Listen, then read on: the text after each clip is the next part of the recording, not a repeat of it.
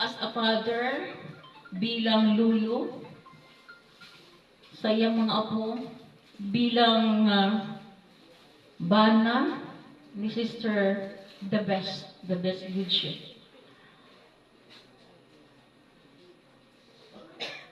Isa ko sa mga naka-witness, no? Sa iyang pagkabuutan gid nga pagkatatay. Sa doon na hospital si Bingbing, ewan ko lang kung alam ng mga anak niya lahat. Yung pagka-hospital ni Bingbing doon sa abroad,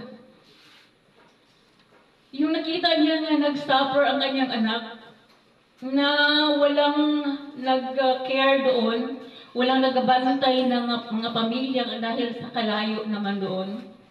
Sabi niya, Lord, Mother, pwede ba nga ang ginasuffer ng anak ko, the only daughter, ako na lang ang magsalo sa tanan?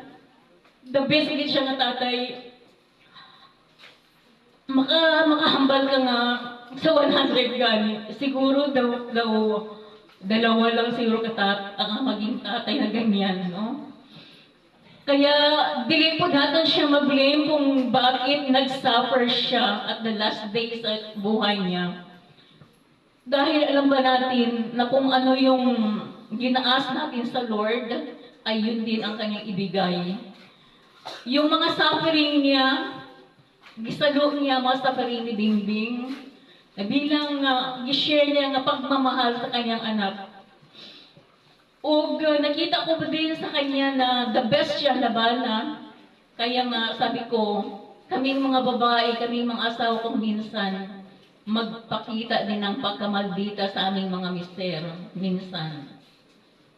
Pero makita mo sa kanya na, yun nga, kapag magpakita na ng kamalditahan, syempre ang asawa, ginasayaw-sayawan niya lang yan in front sa iyang misis.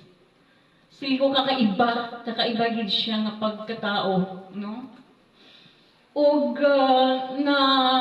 na-witness ko po ang iyang pagkalulo dahil nag-abot na ang iyang mga apo diri kay nagbisita kami sa iya.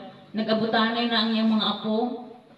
Silin niya dayon, di na tong akong pitaka, kuhaan niyo dito sa akong kwarto.